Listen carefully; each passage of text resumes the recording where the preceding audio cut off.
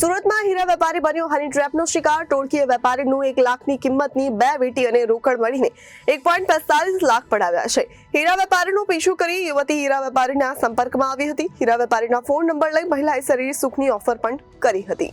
સુરતમાં હીરા વેપારી બન્યો હની ટ્રેપનો શિકાર। ટોળકીયા વેપારીનું 1 લાખ કિંમતની 2 વીંટી અને રોકડ મળીને 1.45 લાખ પડાવ્યા। હીરા વેપારીનો પીછો કરી યુવતી હીરા વેપારીના સંપર્કમાં આવી હતી।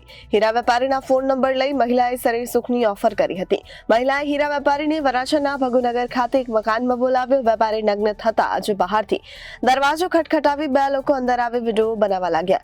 વેપારીને રેપના કેસમાં ફસાવી દેવાની ધમકી આપી રૂપિયા પડાવ્યા। આ સમગ્ર મામલે વરાછા પોલીસ મથકમાં ફરિયાદ નોંધાઈ છે। પોલીસે એક મહિલા સહિત 3 આરોપીઓને ઝડપી પાડ્યા છે। નિલેશ ગૌસ્વામી, ગૌરવ રબારી અને મનીષ કોટડિયાની ધરપકડ કરવામાં આવી છે।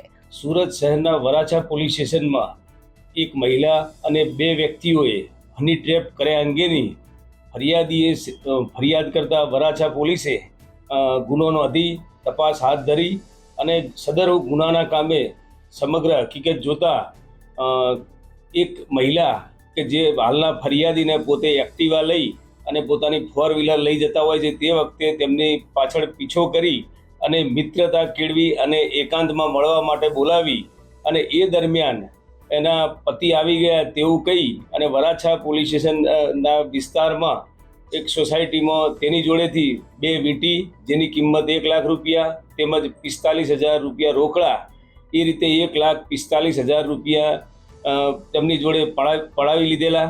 અને આ બાબતે પોલીસે એક અજાણી મહિલા તેમજ 2 અજાણ્યા વ્યક્તિઓ વિરુદ્ધમાં ફરિયાદ નોંધાયેલ હતી। વરાછા પોલીસ ઇન્સ્પેક્ટર અને તેમની ટીમે આ ગુનાના કામે 3 આરોપીઓની ધરપકડ કરેલ છે, જેમાં જે મહિલા હતી 35 વર્ષની આશરાની ઉંમર બતાવેલ હતી તે મહિલા તેમજ ગૌતમ તેમજ નિલેશ નામના 2 ઈસમોની પણ અટકાયત કરવામાં આવેલ છે અને હાલ તપાસ ચાલુ છે। Reporter Arvind Rathod, Janadesh news, Surat.